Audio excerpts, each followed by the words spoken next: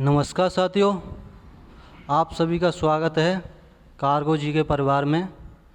सबसे पहले मैं आपको एक महत्वपूर्ण सूचना देना चाहता हूं कि हमारा जो चैनल है गुरुकुल के नाम से था, आप सभी को पता था, लेकिन किसी कारणवश चैनल का नाम चेंज करना पड़ा है, क्योंकि चैनल को खोलते समय यूट्यूब की कुछ शर्तें होती हैं, उन शर्तों का हमने पालन नहीं किया था, इसीलिए चैनल का नाम चेंज कर दिया गया है। आज से इस चैनल का नाम कार्गो जीके के नाम से होगा। ठीक है, आगे चलते हैं। क्या है कि अभी आप लोगों को पता है कि एनटीपीसी की परीक्षाएं कुछ समय पहले संपन्न हो चुकी हैं और उसका आंसर की भी डल चुकी है। तो उन्हीं पेपर का अपन सॉल्यूशन लेके आए हैं, जिससे आप इन्हें देखकर ये अंदाज़ा लगा सको कि जो 1 या 2 महीने में ग्रुप डी की भी डेट आने वाली है, ये पेपर देख के आप उस पेपर का ये अंदाज़ा अनुमान लगाया जा सकता है कि वो पेपर किस टाइप से आएगा। तो समय ना वेस्ट करते हुए स्टार्ट करते हैं। क्वेश्चन नंबर 1, निम्नलिखित में से कौन सा ब्रिटिश समाज सुधारक महिला अधिकारी, आंदोलनकारी और राष्ट्रीय का समर्थक था? इस क्वेश्चन को तो ज़्यादातर स्टूडेंट ने कर दिया होगा, क्योंकि सिंपल सा आंसर है इसका एनी बेसेंट।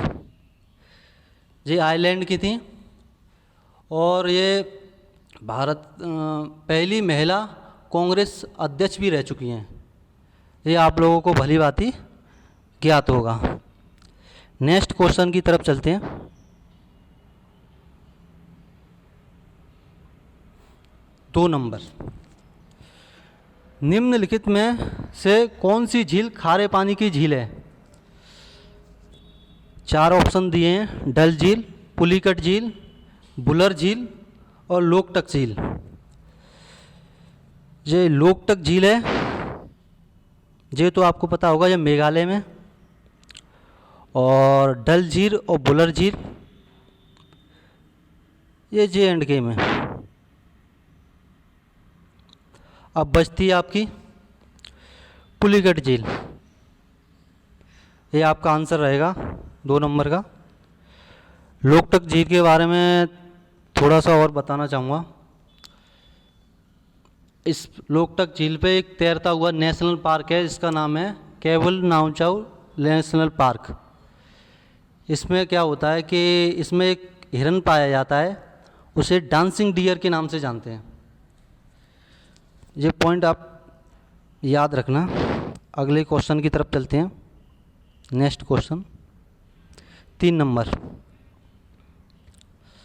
अकबरनामा कितने भागों में लिखा गया था? ये क्वेश्चन लिखना चाहिए। इसको क्या है, जो एनटीपीसी में क्वेश्चन पूछे गए हैं, सीधा सीधा ना पूछ के स्टूडेंट को गुमराह करने के लिए घुमा के पूछा गया है। जैसे ये क्वेश्चन दिया है, अकबरनामा कितनी पुस्तकों में विभाजित है? तो आप लोगों को इसका आंसर ज़्यादातर स्टूडेंट ने कर दिया होगा। ये 3 भागों में विभाजित है। अकबरनामा सबको पता ही है कि अबुल फजल ने लिखा था, जिसके तीसरे भाग में अकबर के शासनकाल के बारे में बताया गया है। नेक्स्ट क्वेश्चन चलेंगे 4 नंबर, भारतीय संविधान में संशोधन करने की शक्ति के वर्णन है। मतलब ये भी क्वेश्चन आपको देखो घुमा के दिया है। ये नहीं पूछा गया कि संविधान संशोधन किस अनुच्छेद में है। इसे हर क्वेश्चन स्टूडेंट को समय बर्बाद करने के लिए क्वेश्चन घुमा के दिया है। हर क्वेश्चन इजी थे, लेकिन क्वेश्चन को घुमा के दिया है तो स्टूडेंट पढ़ने में टाइम वेस्ट ज़्यादा कर देता है। तो संविधान संशोधन के बारे में पूछा गया है अपन से। इसका आंसर हो जाएगा 368। 352 में आपको पता ही है, 352 में क्या है, राष्ट्रीय आपातकाल। राष्ट्रीय आपातकाल, आपातकाल।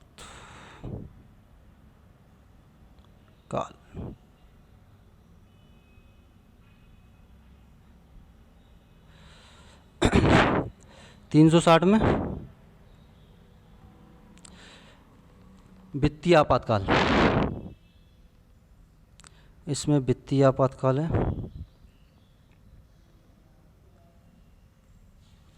वित्तीय आपातकाल, संविधान संशोधन आपको क्लियर हो गया होगा 368 में। 360 में वित्तीय आपातकाल, जो अभी तक भारत में एक भी बार नहीं लगा है, और 352 में राष्ट्रीय आपातकाल। नेक्स्ट क्वेश्चन की तरफ चलेंगे। क्वेश्चन क्लियर हो ही गया होगा आपको। 5 नंबर, मौर्य वंश से दिया गया है ये क्वेश्चन।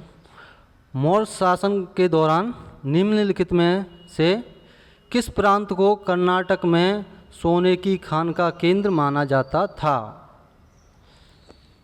कर्नाटक में सोने की खान का केंद्र किसे माना जाता था मौर्य शासनकाल में?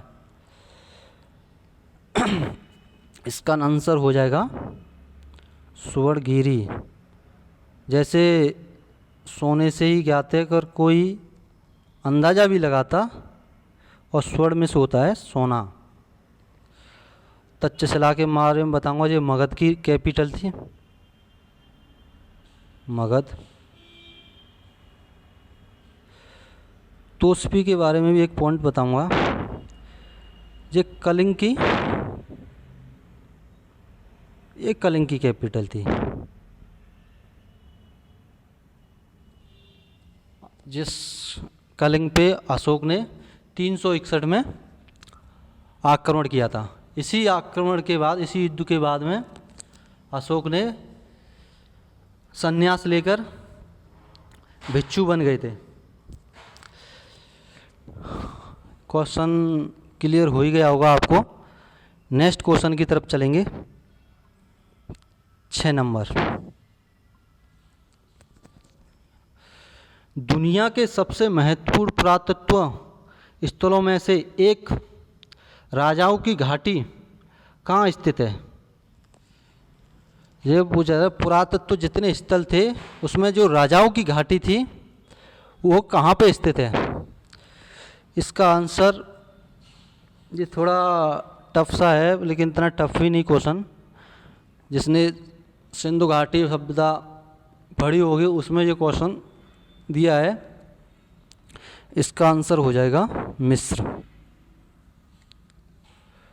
6 नंबर की तरफ चलेंगे। Next question.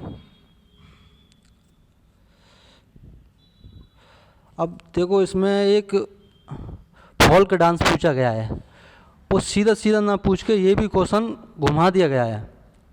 हुलीवेस के तटीय क्षेत्र में एक लोकप्रिय लोक नृत्य है। अब पहले क्या होता था, जो पिछले कुछ साल बीत चुके हैं, क्वेश्चन क्या था कि जैसे लोक नृत्य, शास्त्रीय नृत्य, वादक, कोई भी डेट, सीधा सीधा क्वेश्चन पूछा लिया जाता था। लेकिन अब जो क्या हो रहा है कि क्वेश्चन को घुमा के पूछा जा रहा है। जैसे ये क्वेश्चन पूछा गया है, इसमें नृत्य दे रखा है, राज्य का नाम पूछ लिया है। इसका आंसर हो जाएगा 1। कर्नाटक का एक फेमस नृत्य है, लोक नृत्य, उसको भी बताएंगे, यक्षगान। यक्षगान।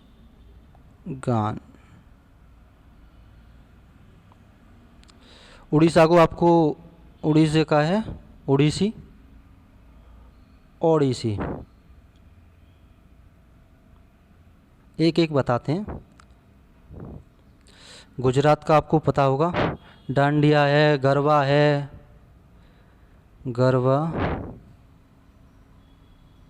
डांडिया।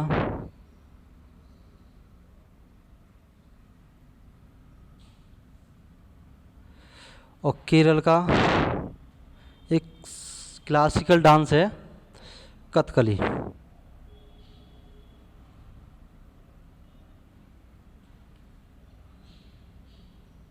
कथकली। आई होप आपको चारों ऑप्शन क्लियर हो गए होंगे। और भी हैं फोल्क डांस, लेकिन आपको जो मुख्य है वही बता रहा हूँ। नेक्स्ट क्वेश्चन की तरफ चलेंगे। 8 नंबर। कौन सा बंदरगाह भारत के पश्चिमी तट पर स्थित है? जो सबसे लास्ट में पश्चिमी तट है उस पर पूछा गया है। पश्चिमी तट पर कौन सा बंदरगाह स्थित है? वो है अपना कोचिन। और कोचिन कहाँ है? केरल।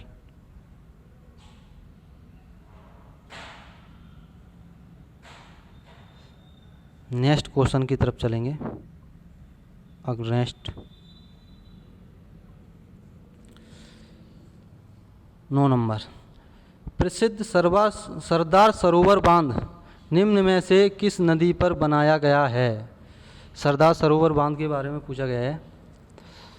ये एमपी में पड़ता है सरदार सरोवर बांध। वो है नर्मदा नदी पे। 4 नंबर नर्मदा पे। और गोदावरी ये महाराष्ट्र की है। इस पे गोदावरी पे नासिक में कुंभ मेला लगता है। ये आप पॉइंट नोट कर लीजिए। कुंभ मेला कहाँ लगता है? गोदावरी नदी पे महाराष्ट्र में। कुंभ मेले 4 लगते हैं, हरिद्वार, नासिक, उज्जैन और एक लगता है इलाहाबाद। 4 जगह लगते हैं, 4 कुंभ लगते हैं जो 12 साल में एक बार लगता है। आपको ये पॉइंट तो सबको क्लियर ही होगा।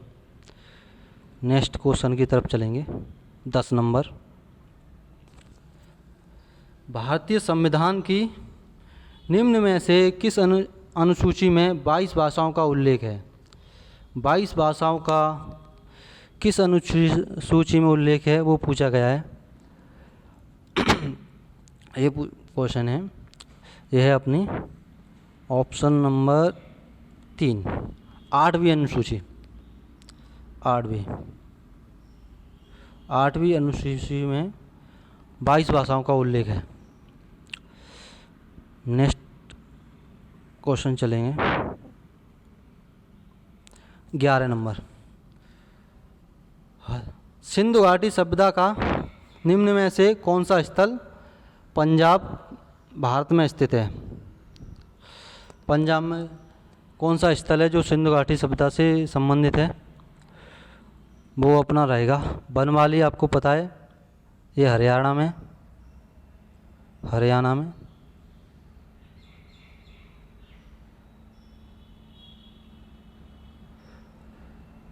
रोपड़ ये है पंजाब में, सतलुज नदी के किनारे। पंजाब में किस नदी के किनारे? नदी का नाम भी पूछा जा सकता है।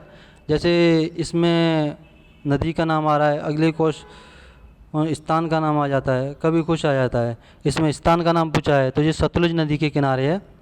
और ये बनवाली हरियाणा में, हिसार ज़िले में। नेक्स्ट क्वेश्चन चलेंगे। 12 नंबर। 2011 की जनगणना के अनुसार निम्न में से किस राज्य में अनुसूचित जनजाति की संख्या 0 थी? एसटी की जनसंख्या 2011 के अनुसार किस राज्य में 0 है? वैसे गोवा में भी 0 है। गोवा और अपना पंजाब जो इसका आंसर हो जाएगा। इन 2 राज्यों में 0 है। अगर केंद्र शासित प्रदेश पूछा जाए तो दिल्ली और चंडीगढ़, इन 2 केंद्र शासित प्रदेशों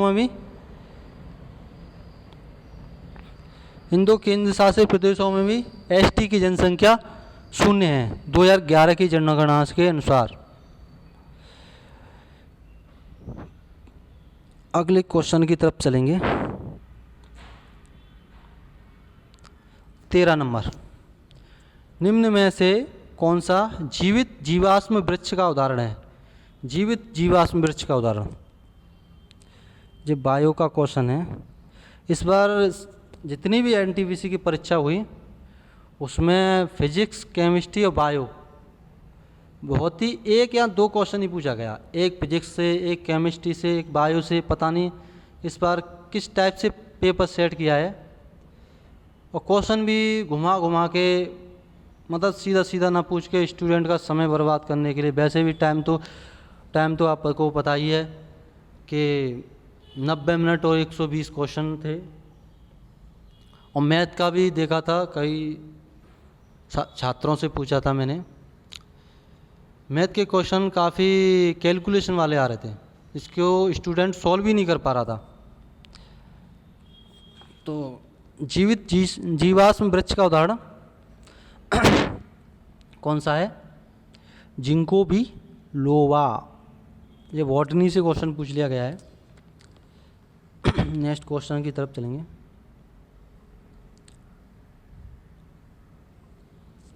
चौदह नंबर, SPICMACY एस्पिक मैर्की। युवाओं के मध्य, इसका फुल फॉर्म हो जाएगा युवाओं के मध्य भारतीय शास्त्रीय संगीत और संस्कृति के संवर्धन के लिए समिति नामक एक गैर राजनीतिक राष्ट्रीय स्वैच्छिक आंदोलन की स्थापना किसने की थी? ये आंदोलन की स्थापना किस वर्ष की गई थी, उसका वर्ष पूछा गया है। ये क्वेश्चन थोड़ा इजी तो नहीं कहेंगे, थोड़ा मॉडरेट है। ये हुई थी 1917 में। 1917 में। नेक्स्ट 15 नंबर, आला गायन के कुछ भागों में गाए जाने वाले लोकगीतों की एक प्रमुख शैली है। ये पूछा जा रहा है, जो आला उदल के गीत गाए जाते हैं, ज़्यादातर देखा हुआ आपने, जो बुंदेलखंड क्षेत्र है ना, इसमें आला उदल के होली पे, कुछ पर्व पे गीत गाने गाए जाते हैं। इनके जीवन पे इनकी वीर गाथाएँ गाई जाती हैं। तो ये पूछा जा रहा है, जो उत्तर प्रदेश के ज़्यादातर बुंदेलखंड क्षेत्र में गाया जाता है। 16 नंबर पे चलेंगे। नेक्स्ट, किस पंचवर्षीय योजना का उद्देश्य खाद्यान्न उत्पादन में तेजी लाना, रोजगार के अवसर में वृद्धि करना और खाद्य कार्य और उत्पादकता पर ध्यान केंद्रित करते हुए उत्पादकता बढ़ाना था? खाद्यान्न, रोजगार और उत्पादन, इन तीनों पे बढ़ावा किस पंचवर्षीय योजना में दिया गया था? प्रथम पंचवर्षीय योजना कृषि पे संबंधित थी, आपको पता है।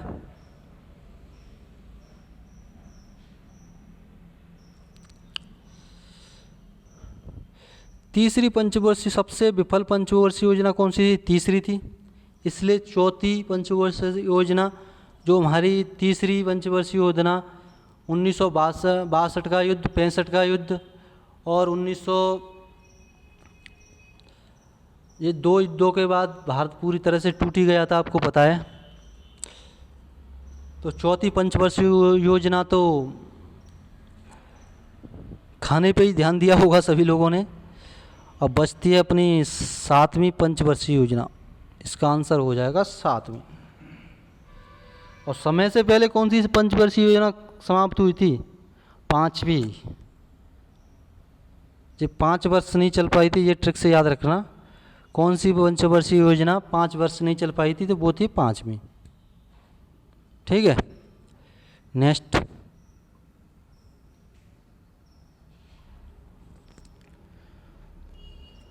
निम्नलिखित में से किस देश की कोई भी सीमा समुद्र से नहीं लगती? लैंडलॉक कंट्री पूछा जा रहा है आपसे। बांग्लादेश की तो लगती है, आपको पता है। बंगाल की खाड़ी, म्यांमार की लगती है, पाकिस्तान की लगती है इधर। अब बचता आपका नेपाल। नेपाल की नहीं लगती, इसका आंसर हो जाएगा नेपाल। नेक्स्ट क्वेश्चन की तरफ चलेंगे।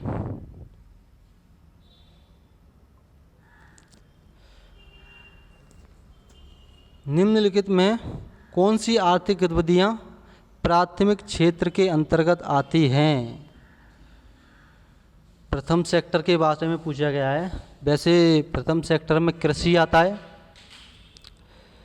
उत्खनन भी आता है, इसका आंसर उत्खनन हो जाएगा, आपको पता ही चल गया। बैंकिंग है, ये थर्ड सेक्टर में आता है।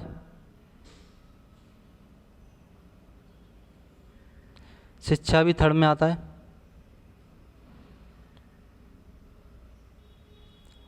और विनिर्माण है, ये सेकंड में आता है। फर्स्ट में आता है कृषि।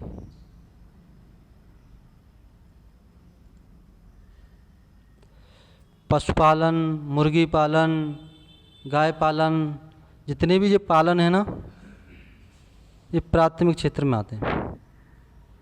चाहे वो पशुपालन हो, चाहे मुर्गी पालन हो, चाहे बकरी पालन हो, चाहे मछली पालन हो, जितने भी ये पालन है ना, वो प्राथमिक क्षेत्र में आते हैं।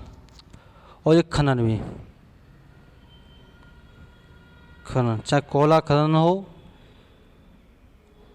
चाहे सोना, कुछ भी जो खनन कार्य होता है, जो खाने होती हैं, वो प्राथमिक क्षेत्र में आते हैं।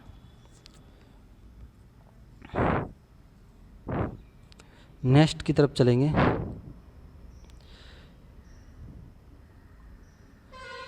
ये सभी के लिए क्लास है, ये नहीं है कि ये इसको एनटीपीसी वाला देखे और ग्रुप डी वाला तो विशेष कर देखे इसी, क्योंकि कुछ समय बाद ग्रुप डी की डेट आने वाली है। इससे ये अंदाज़ा लगाया जा सकता है कि जब इसमें क्वेश्चन इतना घुमा घुमा के दिया जा रहा है तो ग्रुप डी में भी इसी हिसाब से आएंगे।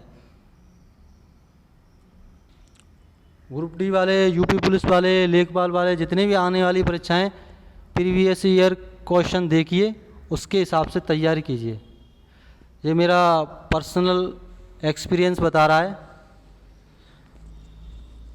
ठीक है, आगे चलते हैं। रत्नावली किसके द्वारा लिखित माना जाता है? रत्नावली का लेखक पूछा गया है। विशाखा दत्त की पुस्तक है एक मुद्रा राक्षस, आपको याद ही होगा, मुद्रा राक्षस।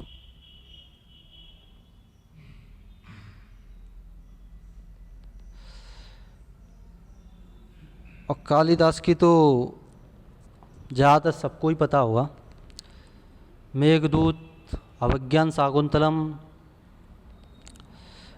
कालिदास की बहुत सारी हैं। मेघदूत,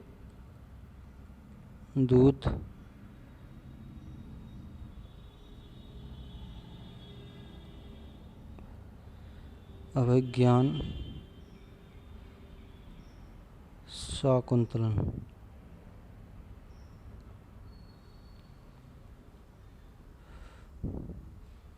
अभिज्ञान शाकुंतलम और भी हैं। तो रत्नावली के राइटर हो जाएंगे श्रीहर्ष।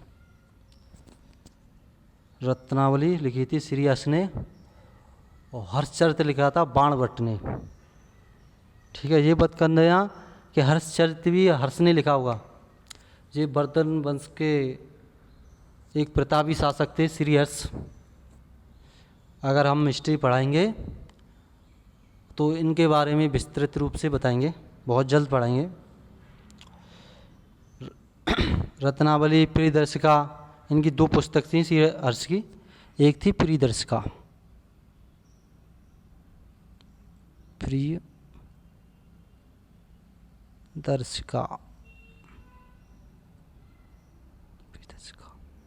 दो पुस्तक थी।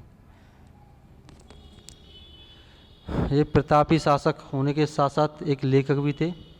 लेकिन हर्षचरित किसने लिखा था? बाणभट्ट ने। इनके दरबारी कवि थे बाणभट्ट, उन्होंने लिखा था हर्षचरित।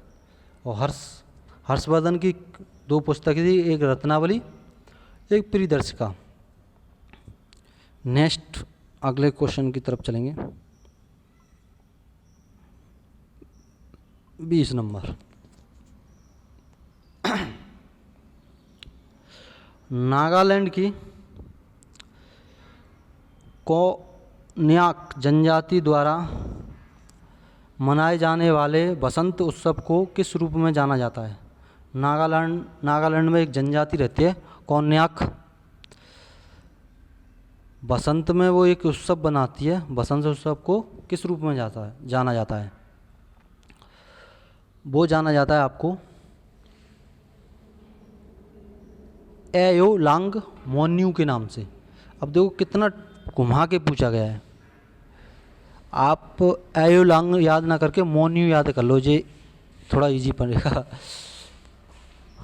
एयोलांग मोन्यू ठीक है। नेक्स्ट अगले क्वेश्चन की तरफ चलेंगे।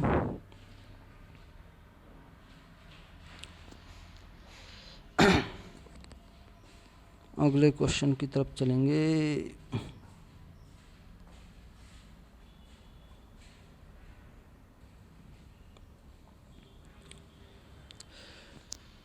निम्न में से कौन सी भारतीय सशस्त्र बलों का सर्वोच्च कमांडर है? सर्वोच्च कमांडर पूछा जा रहा है। निम्न में से कौन भारतीय सशस्त्र बलों का सर्वोच्च कमांडर पूछा जा रहा है। और ये तो आपको सभी को पता होगा, ओवरऑल राष्ट्रपति होता है। तीनों सेनाओं का सर्वोच्च कमांडर जो होता है वो राष्ट्रपति होता है। लेकिन ये नाम मात्र का ही होता है। जो फैसले ज़्यादातर लेता है वो प्रधानमंत्री लेता है। पावर किसके पास होती है?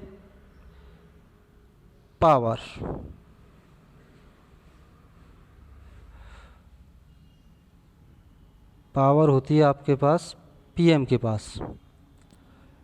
ये राष्ट्रपति है वो नामात्र का होता है। तीनों सेनाओं का सर्वोच्च कमांडर होता है राष्ट्रपति। नेक्स्ट क्वेश्चन की तरफ चलेंगे।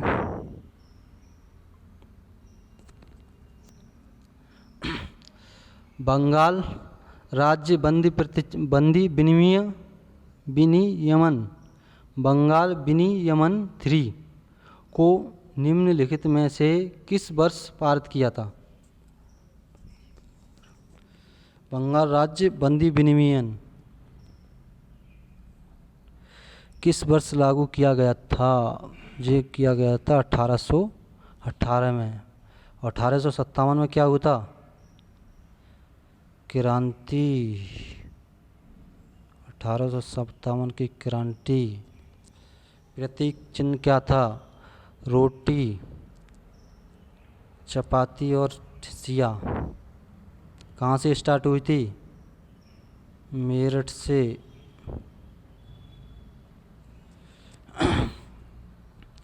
और बंगाल में सब कहाँ तत्कालिक कारण क्या था? चर्बी वाले कारतूस थे। बैरकपुर छावनी 29वीं रेजिमेंट बटालियन मंगल पांडे के द्वारा स्टार्ट किए गए थे। नेक्स्ट क्वेश्चन की तरफ चलेंगे। 23 नंबर। निम्न में से कौन सा किसी क्षेत्र में जनसंख्या परिवर्तन को प्रभावित करने वाला प्रमुख कारण नहीं है? ये पूछा गया जनसंख्या को प्रभावित करने वाला कौन सा कारण नहीं है?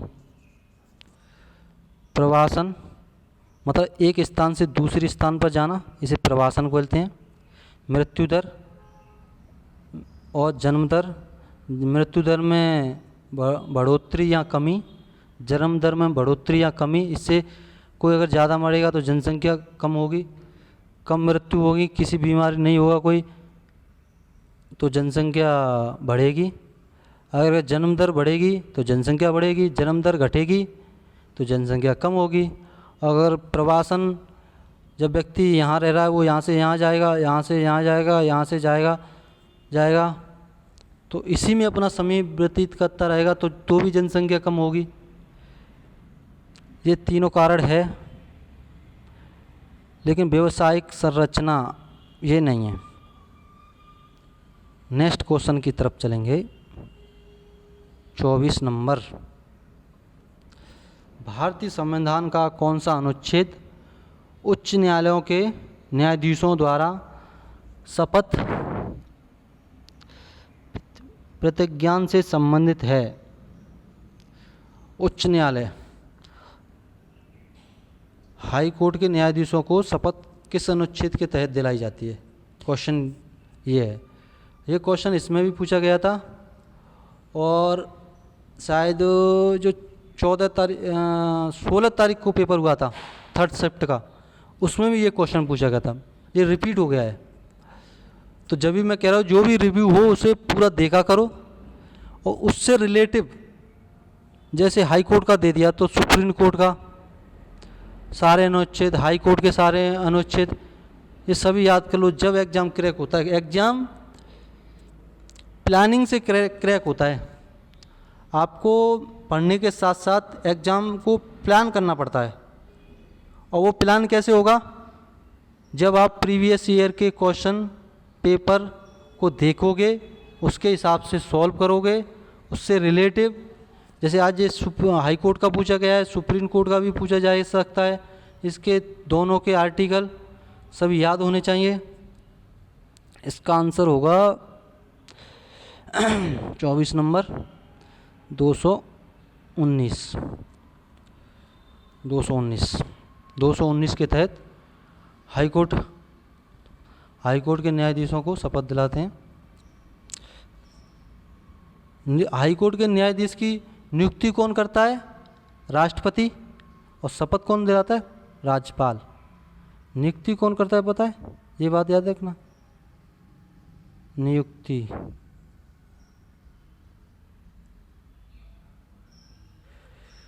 नियुक्ति तो राष्ट्रपति करेगा।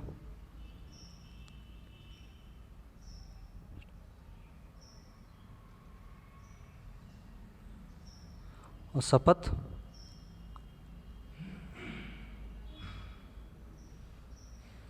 राज्यपाल।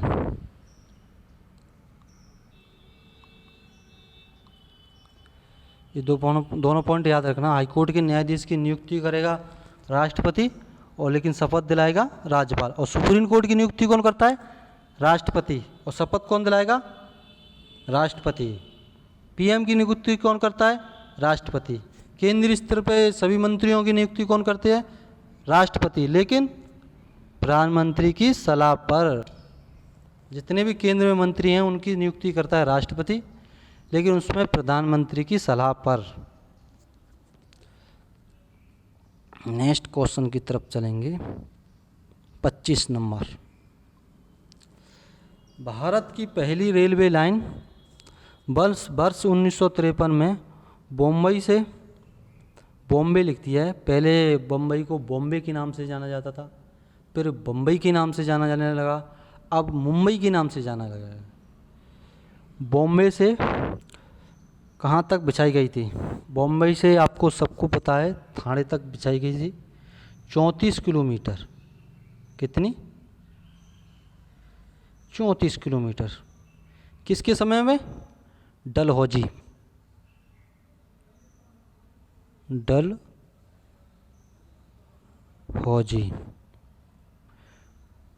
के समय में जाएगी। और डलहौजी का एक पेपर में डलहौजी का भी समय पूछा गया था। डलहौजी का समय कहाँ तक था? 48 से लेके 1848 से लेके 1856। डलहौजी ने हड़प नीति 48 में चालू की थी, आपको पता ही है। और 48 में इसने सबसे पहले 17 को, झांसी को 53 में, अवध को कुशासन का आरोप लगा के 56 में इन सब को हड़प लिया था। और इसने रेलवे लाइन, डाक सेवा और सती प्रथा पे जो प्रस्ताव दिया था भारत में, वो डलहौजी के समय पे पारित, डलहौजी ने ही दिया था, लेकिन पारित कब हुआ? कैनिंग के समय में,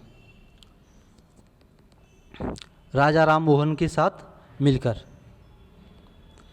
नेक्स्ट क्वेश्चन की तरफ चलेंगे। अरे इतने ही क्वेश्चन है, 25 ही क्वेश्चन है। कल ये फर्स्ट शिफ्ट का पेपर है 12 का, कल सेकंड का आएगा, उसको भी देखिए। और अगर वीडियो अच्छा लगा हो तो चैनल को लाइक करिए प्लीज़, सब्सक्राइब करिए और शेयर ज़रूर कर दें अपने दोस्तों के पास, जितने भी आपसे रिलेटिव हों सभी को शेयर कर दो, जिससे कि ज़्यादा से ज़्यादा कार्गो जीके परिवार में लोग जुड़ सकें और पढ़ाई का आनंद ले सकें। इसी के साथ धन्यवाद दोस्तों, हमारे साथ बने रहने के लिए। वीडियो पूरा देखिए। धन्यवाद।